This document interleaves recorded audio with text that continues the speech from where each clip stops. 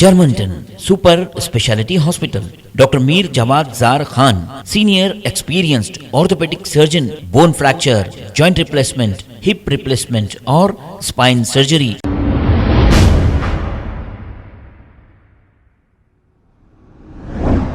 अस्सलाम वालेकुम नाजरीन, 7H न्यूज़ में आपका इस्तकबाल है। मीर चौक और रेन बाजार लॉ एंड ऑर्डर पुलिस ने मिलकर अलीजा कोटला एक्स रोड पर व्हीकल चेकिंग की है।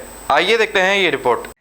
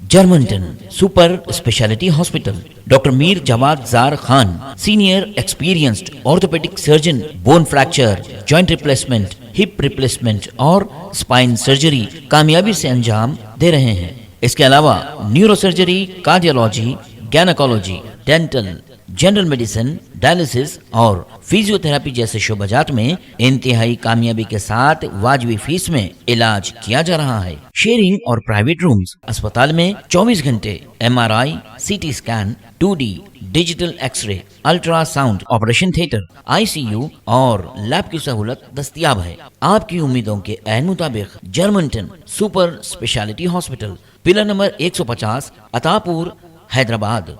खबर है शहर की, खबर है गाँव की, खबर है सारी दुनिया की। 7H न्यूज़ पसंद आए तो लाइक कीजिए, शेयर कीजिए और सब्सक्राइब करना ना भूलें। 7H news.